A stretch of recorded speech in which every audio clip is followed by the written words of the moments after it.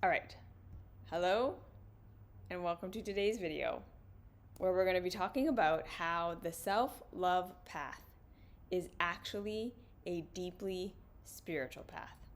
Because I know that when we get into this work, especially in the beginning, it can feel very much like it is not spiritual at all. It can feel like it's we are supposed to be grounding in reality. We're supposed to be living in like what's actually happening and figuring out what's really true and what isn't. And it's also a path where it can look and it can feel like we are supposed to be very self-focused and learning to rely on ourselves, right? So all of this can make us feel like the self-love path is actually taking us away from spirituality, because spirituality in our world right now, and the way that most people kind of perceive it, is more like magic, right? It's more like believing in things that we can't understand and expecting miracles and asking for miracles and manifestation and leaning on the wisdom and the guidance of things outside of ourselves, like spirits and guides and gods and religious texts and other people who claim to be connected in ways that we aren't connected, and so on and so forth. And so again, when we look at what we are generally taught as being what the spiritual path is, and then we look at what the self-love path looks like, sort of superficially or in the beginning, these two paths can look very, very different. These two paths can look like they have absolutely nothing to do with each other. And for a lot of us, when we get onto the self-love path, we are actually going to do a whole bunch of deconstructing of the spirituality that we have been believing in and that we've been living for a very long time. And so, again, for a lot of us, we are going to have an experience of disconnecting from spirituality and the spirituality that we've been connected to, and really finding an internal sense of self, an internal sense of power, an internal sense of our needs and wants and our interests and our drives and our passions, and really working on, again, grounding ourselves into the reality that we're actually living and how that impacts us, how that impacts others, and being resourceful and solving our own problems and one step at a time and being practical and all this stuff. And so it takes us out of magical thinking. It takes us out of this realm of, living, like I said, what most people think a spiritual life is. And therefore we think this is a really secular path, and this actually disconnects us from spirituality, which means that a lot of us do get to a place on our self-love path where we think, okay, well, I want spirituality though. I want to be connected to spirituality. I want to be connected to something higher than myself. And I want there to be magic in the world. I want there to be things that I don't understand that can just magically work out for me, so I'm not feeling like I just have to figure everything out on my own and I have to do everything on my own and all of this stuff. And how people can say, like, well, then how does that fit into this path? How does that fit into the self-love path where I'm supposed to be very grounded and very practical and very just meeting my own needs? And that is something that I think is really, really, really important to address. And I understand how we can get there to the point where we think that spirituality and the self-love path are two different paths, and that they don't have anything to do with each other, and that we kind of have to give up our spirituality in order to live a truly self-loving path. And what I want you to know is this is not true, okay? From my experience and the experience that I've had working with hundreds of others over the years, is that this path is a path of finding true spirituality, okay? And it will take us down a road of deconstructing what we have been taught spirituality is. And yes, for most of us, we are going to go through a phase where the spirituality that we had and the spirituality that we connected with is something we do depart from a little bit or a lot, right? We do deconstruct. We do look at the flaws and the inherent kind of errors that we're going to find in what we have been handed as spirituality, and that is going to be a part of the process. But that is not where we are going to end. That is not where the spiritual or the self-love path is going to take you and then leave you. Okay? I want you to know that as we follow this path all the way through, and as we allow it to really get deep in our lives and we start to get into the granular nuance of this, we are going to find that a lot of the time the self-love path is going to be the birthplace of our true spirituality. A spirituality that actually connects us to something real and something profound and something very deep and something very mystical that we were trying to have access to through all of the other things that we were doing that were spirituality before, okay? So again, let's start from the beginning here, right? What do we think of when we think of spirituality in today's world? This is the first thing that we really want to kind of understand and realize why this isn't it, so that the self-love path can lead us to what it is. Okay, so my favorite metaphor that I have come up with for this is that most of what people are preaching and teaching as spirituality is like basically people who are magicians who are pulling rabbits out of hats that are stuffed animal rabbits. Okay, so I want you to think of it like this. Most of the spirituality we are being handed today is like watching a magician who has a hat and they're pulling a rabbit out of the hat, but the rabbit that comes out of the hat is a stuffed rabbit. So everyone is conditioned to believe that that's what magic is. It's pulling a stuffed rabbit out of a hat. And then there's real spirituality, which is the magician who pulls a real rabbit out of a hat. So they pull a rabbit out of the hat, but it's not a stuffed rabbit, it's a real rabbit. But because we are so conditioned to seeing spirituality as being the stuffed rabbit, when we see the real rabbit, we don't know what we're looking at. We don't know what we're seeing. We don't know how to interpret that. And we think, well, that can't be it, right? Something's gone wrong. All these other magicians have the stuffed rabbit. So this real rabbit, we have no context for it. We have no understanding, no awareness around it. We don't see it as being what we're looking for. You see? Because we have been conditioned to believe that magic is pulling a fake rabbit out of the hat, a stuffed rabbit out of the hat. Okay, so now again, before we get too far with this, I am not saying that any spiritual experience that you have had before now is fake. I am not saying that you have never encountered true spirituality. I am not here to say that anyone out there who has a connection that they believe is a real connection doesn't have that, and that it's fake because they haven't gone on a self-love path and all that stuff. That's not what I'm saying. What I'm saying is generally what we are being offered as what spirituality is the fake rabbit. Okay? It's not that we haven't necessarily had spiritual experiences and true spiritual experiences. It's just to say that what we are currently being offered, generally speaking, isn't going to connect us to the spirituality that most of us are actually looking for and actually craving, because it's not based in real reality. Okay?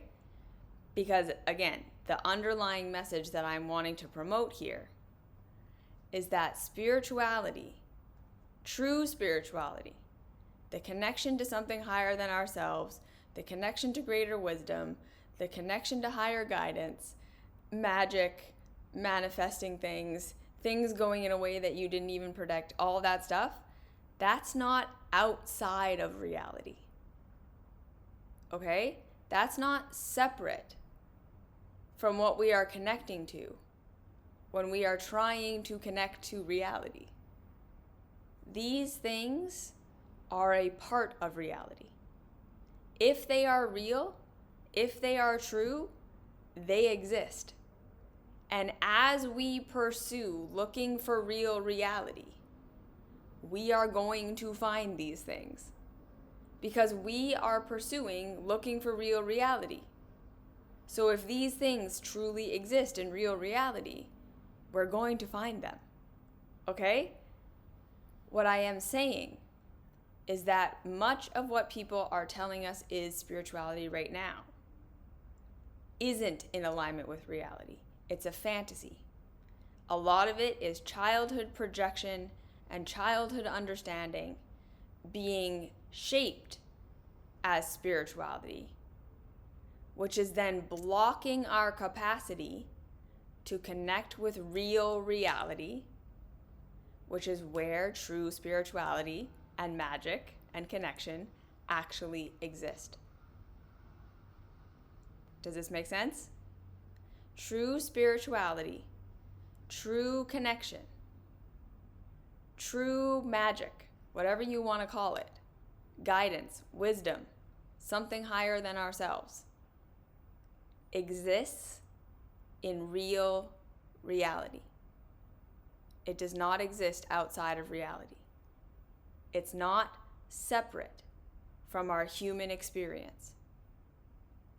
It's a part of our human experience. So the more we go looking for truth and for real reality, the more we are eventually going to find an actual spiritual connection, because it exists in real reality. It's not going to come from childhood fantasy and childhood wounding. Okay? So I have talked a lot on this channel about the things that I believe are being sold to us in spirituality that are not actual spirituality. Right? This idea of manifestation and how it's generally taught. That we just need to get into a positive vibe and feel the right feelings. And the more we get into this positive vibe and these high vibe feelings, the more the universe is going to respond to us by giving us things that match that. That is a childhood projection. That is 100%, in my opinion, the childhood view of our caregivers being projected onto universe now. Right? Because we have to remember, if you look at childhood psychology and how the world appeared to work to us as children, it's that caregivers were the determinants of our experience. Caregivers were the determinants of our experience. And I think I want to start to adjust my language when I'm talking about how we perceived our caregivers. Because I know a lot of us out there, when you hear me say, we saw our caregivers as gods and fully capable of giving us everything we wanted and everything we needed, and when they didn't, we blamed ourselves. A lot of us are like, yeah, well, no, like I knew my caregivers were fucked up. I didn't trust my caregivers. I didn't trust my mom. I didn't trust my dad. I didn't see them as all powerful and all knowing. I did see them as harmful and all this stuff. And what I am saying is, from our childhood perspective, whether we saw our parents as all-powerful gods who could give us anything that we wanted, or if we saw them as villains, if we saw them as people who were incapable, if we saw them as people who were mean and bad, and that we had to protect ourselves from, they were still the determinants of our experience. No matter how we perceived them in terms of loving them or hating them or seeing them as good or seeing them as bad, the ultimate reality was, from our perspective, their actions, their thoughts, their way of being completely dictated our experience. You see, we didn't look at our caregivers and think, oh, my mom is shitty. No problem. I can go get my needs met somewhere else. No problem. I can be myself and I can exist in a healthy way and ask for my needs to get met and be just generally centered and grounded and awesome. And she can be shitty. And that's fine. No. Right? We learned, okay, mom is shitty. I have to protect myself from her. Mom is not a safe place. So I need to change myself. I need to alter my behavior. I need to do things that are in response to her and her way of being that will then hopefully create a better situation for me. She was still the determinant of your outcomes.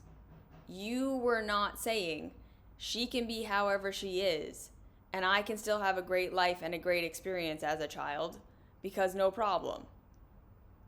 Right?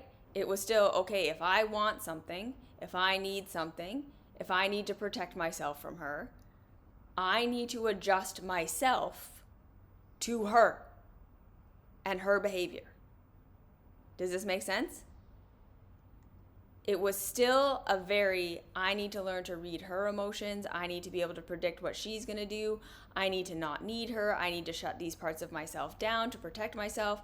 I need to pretend to be these things to protect myself. I need to try to do this and try to do that to earn her love. We were still saying, I need to change myself to match the environment that I'm in, that she is creating. That she is creating, that whoever was our caregiver was creating. We were not independent beings.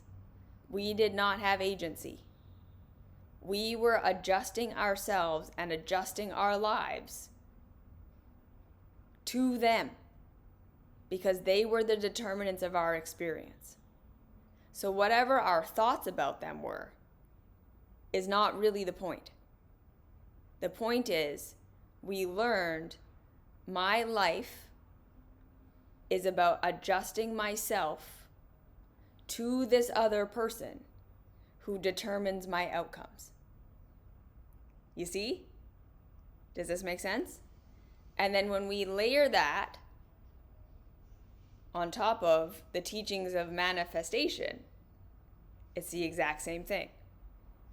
Universe is the determiner of my experience. So I need to become what I think the universe wants me to be so that it will be happy with me and it will reward me with positive experiences and protect me from negative ones. It's the exact same childhood thinking.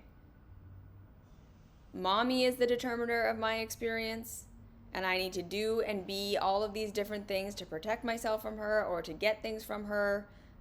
Yeah?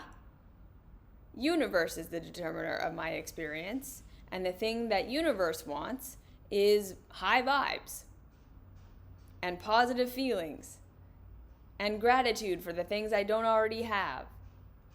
And that's what's going to get me the things that I want. You see? It's straight up childhood projection.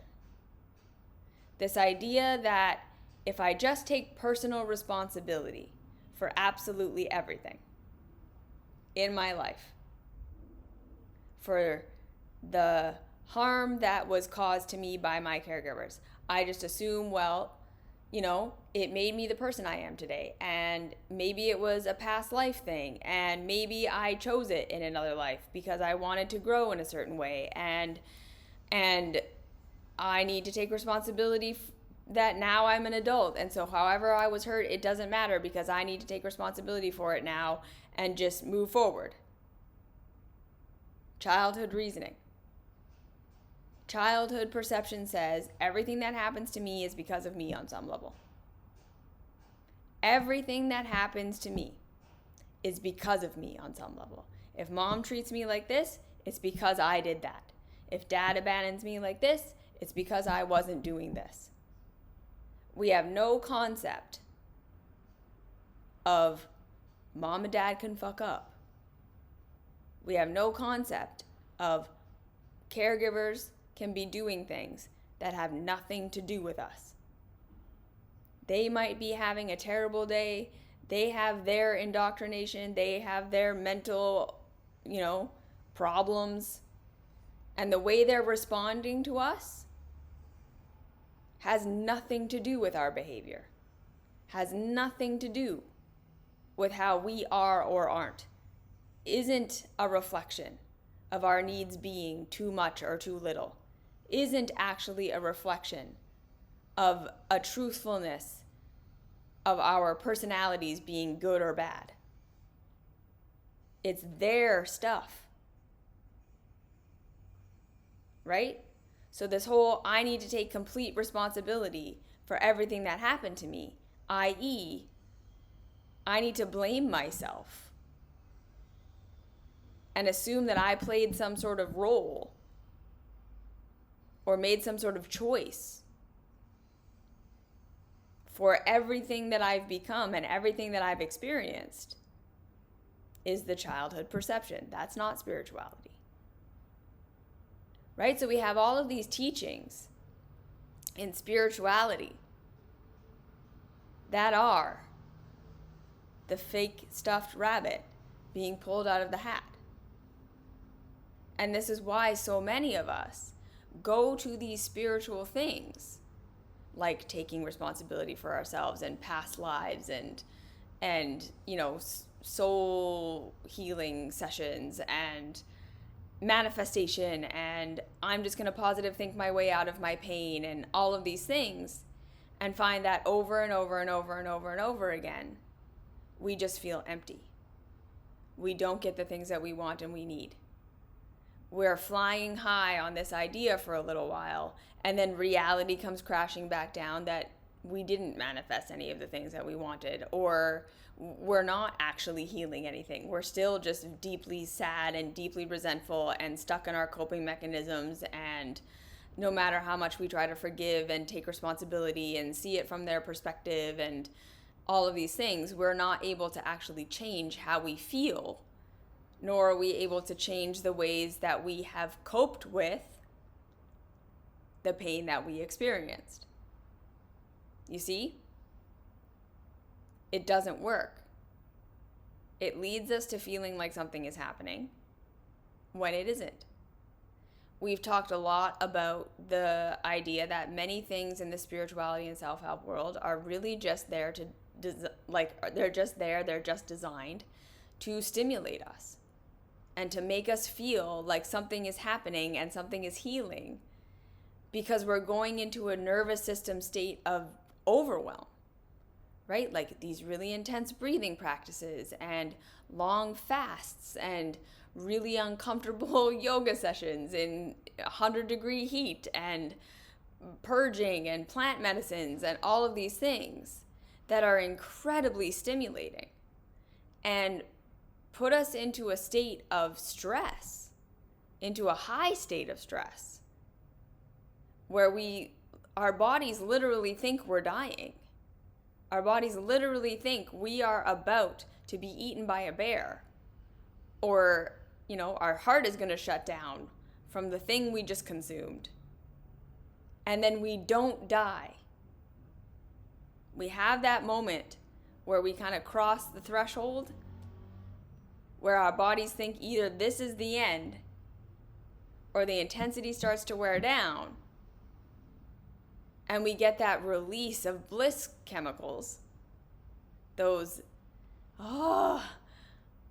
either I didn't die or I'm about to die. So my brain and my body are producing all of these chemicals and all of these hormones to numb the pain so that I can have a peaceful transition into death. And we think that's a spiritual experience. We have insights. We see God. We see our whole life flash before our eyes. We totally understand how everything was for a reason and da da da da da. And we think, okay, I'm healed. This healed me. This transformed me. This did something. And then we go back to our normal lives. And little by little, we just go back to our normal habits, and we go back to our normal way of being, and back to our normal way of thinking, and everything goes back to normal, and nothing is healed. Because that's a fake rabbit being pulled out of a hat. And then we are trained to think, okay, well, it's just because you didn't take responsibility enough. It's just because you didn't manifest long enough or hard enough. It's just because you need another retreat. You need another session. You need to up level. There's the next thing you got to do. Okay, that plant medicine wasn't it. You need the next plant medicine. That breathing practice wasn't it. Okay, switch to something else. Now start doing cold plunges and all this. You see? It's this round and round merry-go-round of overstimulation or childhood projection that isn't healing us and isn't taking us where we want to go. But we keep thinking, rather than questioning the method and saying, maybe this isn't spirituality. Maybe this isn't it. Maybe this is not how I connect to higher guidance. Maybe this is not how I'm going to figure out what I want and what I need. Maybe this isn't the answer. We go, I must be doing it wrong. I must be not doing it enough. Maybe I just need another different one of these things. Number one, because we're indoctrinated into thinking that's what spirituality is. And number two, because we have the childhood conditioning that says anything that's happening is because of me. So I need to do more. I need to do harder. I need to this and that. Or, right, we're raised in kind of traditional religion where we're just given a doctrine and a set of rules to follow, which seem on the surface to be structured and specific and give us an answer for when life gets tough, right? That's kind of one of the main pillars of regular religion, and why I think a lot of people who were in the New Age movement before are now switching to fundamentalism. Because in the New Age and in all of these kind of magical things, there's so little structure. There's so little, these are the rules that give you an answer for how everything works. Right? A lot of it is just like picking and choosing from different religions and putting things together and what feels good and what vibes and all that stuff. But, you know, like in 2020, the world fell apart. And things became really, really, really uncertain. And a lot of us were not prepared for that. We weren't settled in something that could actually sustain us through a situation where we felt completely out of control. And so we turned to religion because religion said, don't worry, I can give you the answers, right? I can give you when life gets tough and you don't know what to do, here's what to do. Here's the book. Here are the rules. And even though in real reality, a lot of the time, people who follow religion, again, are picking and choosing and cherry picking what they want things to mean in order to just support what they already believe, it appears a lot of the time like religion is like this sure, solid thing. It's this sure, solid thing that gives us the answers, so when the world falls apart, we have the right thing. So even if it's not giving me good results right now, it's going to give me good results in the afterlife. Even if my life isn't necessarily perfect or prosperous or whatever right now, there's a higher purpose to it because I'm doing the right thing. I'm in the right thing, right? That's the main way that religion tends to hook us in. This is the book. This is the one way. This is the one truth. And you found it. You, special you, found the one truth. So now you don't have to worry about it so much. You got your book. You have your rule book. You have your answers.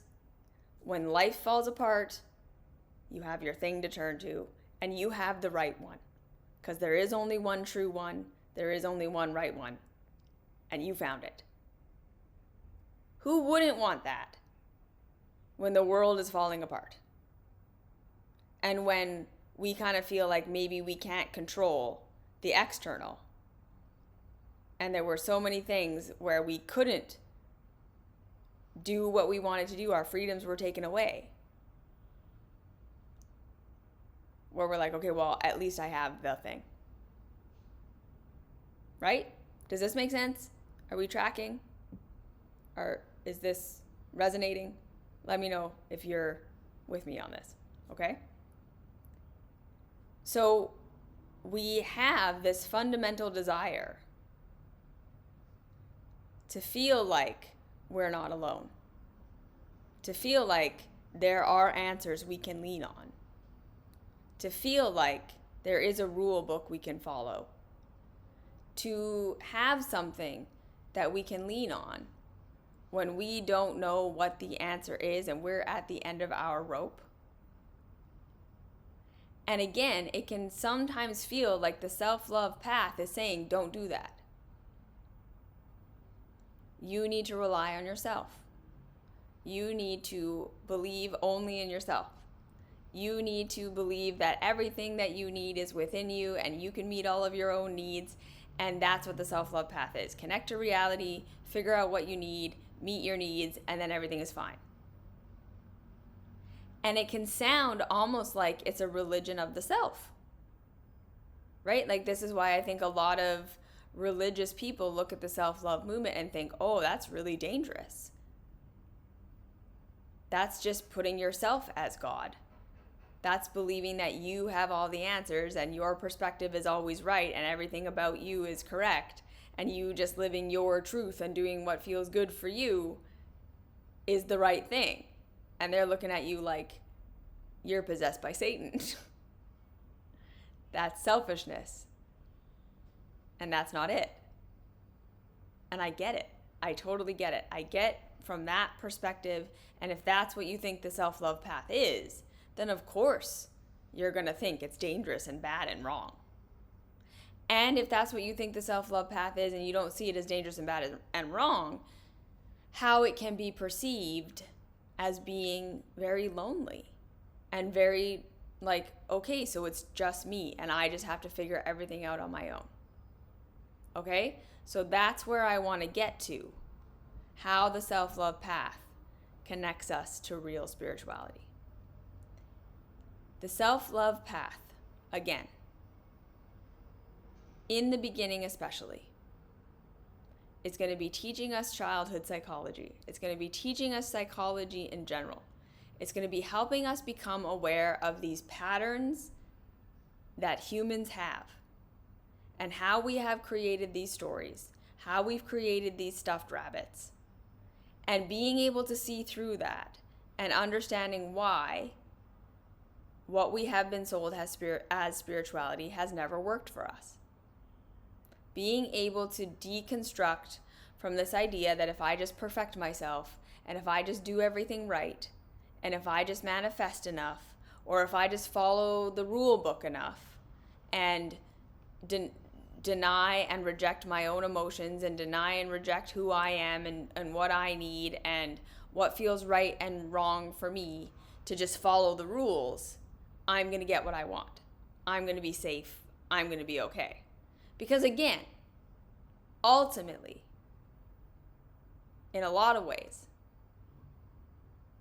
we are looking to spirituality to give us security. We're looking to spirituality to give us security. Answers to our existential questions, answers to our crises. We want spirituality in a lot of ways to be like the caregivers we never had. We want to believe there's something out there that when we don't know and we're at the end of our rope and we're scared and we're alone, we don't have to do it by ourselves. That's normal. And a lot of the time, kind of just side note here, I think a lot of what we're looking for in the spiritual world is actually the results of not having secure community and connections in our real life. A lot of people are seeking spirituality because we are so deeply isolated and we don't have people around us that we feel like we can trust. And we grew up with caregivers that we couldn't trust. We grew up with people not being secure and not having friends and not having community and not having people around us that we can lean on when times get tough and when things are really hard. And so we're trying to use spirituality to fill a void of community. And that's a big thing that I want us to consider. Okay? That it is normal for us as human beings. We evolved for almost our entire existence as humans to live in community. It is very, very, very recent and new in terms of our history to live in a way where we are so isolated and where so many of us don't have people around constantly that we can rely on, right? Like raising children on our own is new, evolutionarily speaking. Having to live in a way where we provide all of our own needs by ourselves is new. We aren't evolved to live this way. So a lot of us are struggling with a real deep sense of disconnection and loneliness, which we then assume, because of our childhood psychology, means there's something wrong with us. Means that we're broken, means that we are shameful or bad or not likable, not lovable, not worthy, not deserving. We live in a world where we are so deeply disconnected, which triggers our self-hate, and in a world where we are taught never to be our authentic self with other people. We are taught to be independent. We are taught to be completely islands unto ourselves, to fight for ourselves, to live for ourselves, to see others as competition or a stair step for our own self. And this drives insecurity. This drives actual, internal insecurity. It drives external insecurity. It's not how we're supposed to live. It's not how we have evolved to live. It's not healthy. It causes mental illness, it causes physical illness, it causes failure to thrive, and then we develop all of these coping mechanisms and ways that we numb and ways that we sabotage ourselves and ways that we resist our emotions and we deny our true selves and we deny what we think and we deny what we feel to try to fit in, and it causes this whole mess that is due to our hyper-individualization. Right? Like, so many of us are dealing with things we think are wrong with us, when really it's a response to this culture we live in that is completely out of alignment with what we need. And then many of us are seeking a spirituality to try to fill the void of where healthy community should be. So that's number one of why the self-love path leads us to a true spiritual connection. Because it helps us to really understand that we are not broken. that we don't not feel God's love or not feel connected or whatever because we're shameful or shitty or bad or fundamentally sinful. Right? It helps us connect to our true humanity. And it helps us see how so many of our problems and the things that we think are wrong with us are actually our healthy, normal, completely predictable response to a system and a society and a culture that is so antithetical to what we need. So right there, that first step of the self-love path, where we look at our shame and our blame and our guilt and all of the places we think we're wrong, bad, shameful, broken. And we start to be able to say, what if this is a response? What if this is not something wrong with me, but rather this is how I'm responding to an environment that's not healthy, that's not helpful, that's not how things should be. It's not, I'm not good enough, or I'm not worthy of love, or I need to change myself. It's, connection is really hard because we're so indoctrinated not to connect to each other. It's, the culture has been designed to make us perpetually anxious and perpetually alone so that it can sell more shit to us. Literally. So it can continue to sell us goods and services and products. And it can continue to sell us wellness and health and self-improvement. All designed to fix our normal, natural response to a system that doesn't work. So in many ways, we are not lacking spirituality, but rather community. We're lacking a world and a system and a way of functioning that actually works for our nervous systems. So that's the first thing. Self-love is going to help us realize where we are not broken, we are not bad, we are not wrong, we are not shameful. We are responding exactly how we should respond to not having been cared for in our childhoods and to living deeply isolated lives as adults.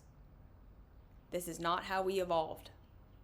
This is not what our brains and bodies are set up for.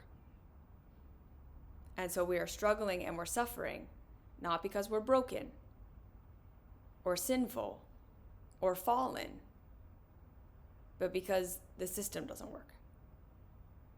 And number two, the self-love path is about reconnecting you to your feelings, to your body, to your authentic expression, to the things that lit you up and brought you joy and brought you excitement. The self-love path is about helping you to disentangle yourself from the culture that says you need to sell every part of yourself to the system. Right? That you need to be acceptable and approved of by the system in order to be safe and in order to be okay and in order to be worthy of love and relationships and provision, so that you can start to live a life where you are able to feel your actual feelings. And these feelings are going to help you determine what things in culture are being taught to you as this is how reality is. This is how reality works. This is the kind of job you have to have in order to be a good person. This is the kind of life you have to live in order to be safe. You have to be in this kind of relationship or these kinds of partnerships. You have to have children. You have to do this. You have to do that. And as we start to connect to our feelings, we're going to start to be able to discern real reality from what we have been indoctrinated to believe reality is. This is how we start to break ourselves free from the matrix of culture, right? Because the mind can be convinced that anything is true. Given enough evidence and erasing enough evidence, the mind can be convinced that anything is true and real.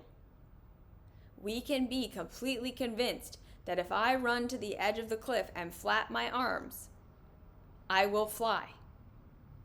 We can have all the science and all the math in the world that says it's real. But every single time we run off the cliff and flap our arms, we are going to fall to the earth. Because in real reality, it's not true. Your body will let you know. We are always going to be connected to real reality through our lived experience. Right? So the more you start to connect to your feelings, and the more you start to connect to what's actually happening to you, when you practice these spiritual things, when you practice the self-help, when you do all the improving things, the more you start to connect to your feelings around the beliefs you have of what kind of life you have to live and what is a good life and what is a bad life and what is right for you and what is wrong for you. You're going to start to be able to go, okay, whoa, yeah, right? My caregivers may have taught me that these are the only kinds of acceptable jobs, and anyone who doesn't work like that is horrible. But I don't feel good doing that. And actually, I feel better doing something else, and I get good results. There is a way for me to live that way, and it's perfectly fine.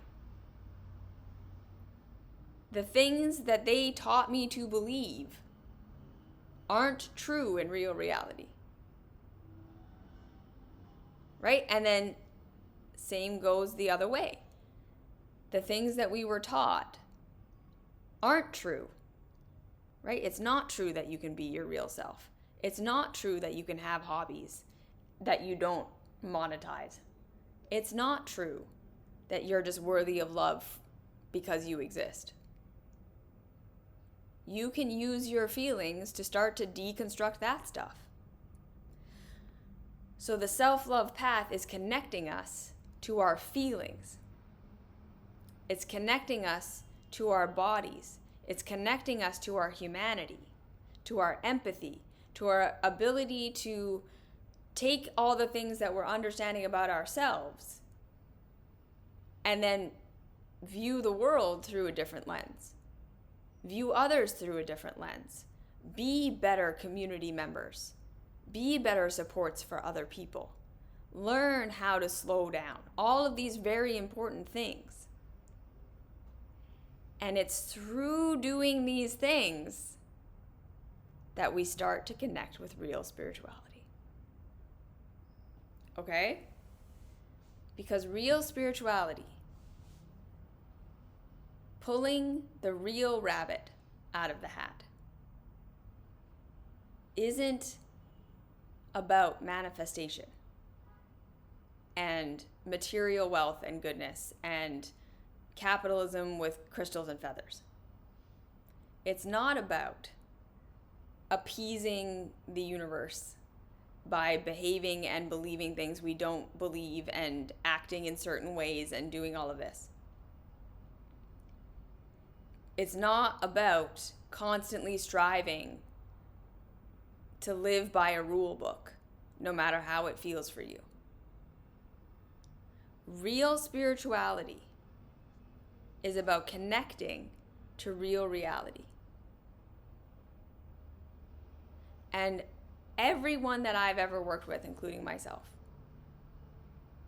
get to a point where morality and empathy and prioritizing community over selfishness, prioritizing feelings and being able to understand people instead of judging them, and getting to a place where you can be a true good emotional support for other people, where you can see where you have enough, and then that means you can start to give to others. This stuff starts to come naturally. Because when you connect to reality, you connect to your humanity, you start to reconnect with these very healthy things that are natural to the human being who's in a state of evolution. Because it's true, right? Like, empathy is a pretty new thing. And the more we evolve ourselves, the less we need a rule book or someone outside of ourselves to tell us what it is to be a good person. And the more we're going to start to just have that awareness on our own. We're going to see outcomes. We're going to start to live like deeply spiritual, devoted people. Not because we're being told that we should. Not because someone outside of us told us this is what it is to be a good person. But because we're connected to reality. And it's just reality. It will start to feel like the only right option. Like the only thing that feels good. And we will learn how not to be martyrs. And how not to overgive. And how sometimes spirituality can be conflated with codependency. Right? You won't be doing these spiritual things to earn something for yourself. You will be doing them because they're the right thing to do. You will be doing them because you see that it benefits everybody. You will be doing it because you will start to truly have a visceral understanding of your connection to everyone and everything. You will stop seeing yourself as separate from humanity, separate from the earth, but as part of it, part of a system, part of a community. And you will start to live as a deeply spiritual being without needing any kind of rule book to tell you how to do that. Because you will be connected to reality. And then through that connection, you're going to start to develop your connection to something higher than yourself. That's where that connection is going to come from. That connection to higher wisdom, to higher guidance, to that feeling that we're not alone in the universe and that we don't have to figure everything out for ourselves. That comes through learning how to step into that compassion and curiosity place. The compassion, the curiosity, the observer self that we all learn on the self-love path, right? This is the work we do in the mystery school. This is the work we do in the one-on-one coaching. I teach you these things. Because this is what helps you when you are stuck on your path. When you don't know what to do, when you are at the end of your rope, when you've done everything you know to do, and there's no one around to help, you step into observer, compassion, and curiosity. You open yourself up to inspiration and wisdom and connection. When you can connect to your real emotions and you can express those to the universe or to God or to unconditionally loving presence which is another huge thing that I teach in my mystery school and in my one-on-one coaching, is the unconditionally loving presence.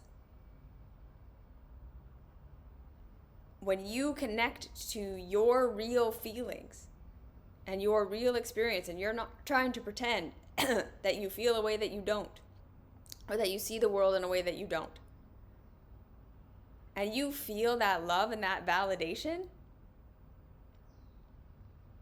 that's where healing happens. That true connection that you can bring your whole self to your connection to spirituality. That it's not about earning it. That it's not about being good enough. It's not about being worthy. It's not about pretending something. But you feeling that love for the you that exists right here, right now, that's where these answers start to come from. The more you learn to accept yourself and unconditionally love yourself, the more you open up to the unconditional love that exists in real reality. Not in culture, but in real reality. And that is what brings healing and guidance and wisdom and that feeling of never being alone that we're searching for with all the stuffed rabbit stuff. Okay? So the self-love path is a path of deconstruction first.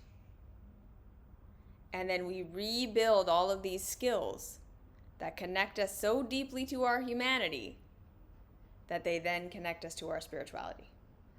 And then it's real, grounded, actually impactful, internal, not dependent on someone else, not necessarily coming from a book or a teacher. You become a mystic. You become one of the people who are getting the messages yourself. And it's not crazy. It's not totally disconnected from reality. It's not you in your little bubble believing that the sky is pink. It's gonna look like magic to other people, but it's also gonna give you like real results in real life.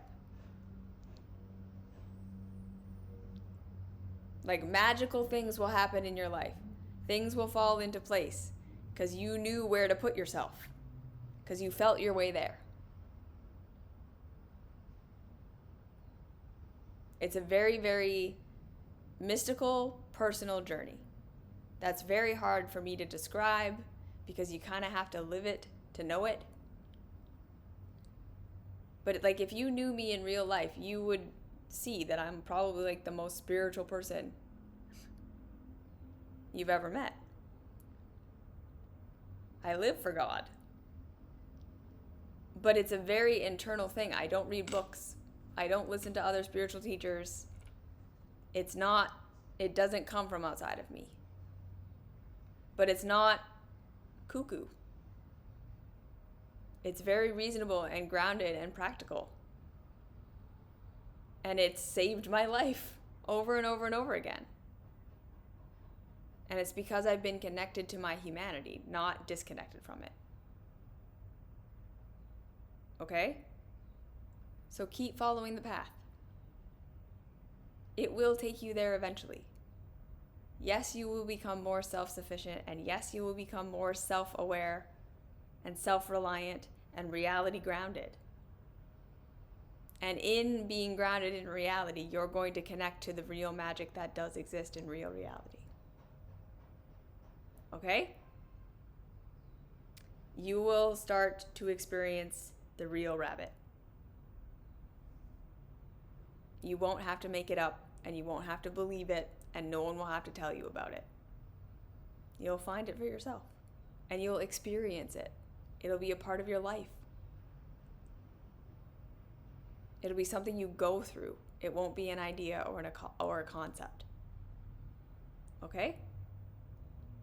Okay. So thank you for being here. Thank you for listening. Hopefully that was helpful. Let me know if you have any questions, comments, concerns. And I will see you next week. All right? Have a beautiful week, day, month, whenever I see you again. Good afternoon, good evening, and good night, as they say in the movie.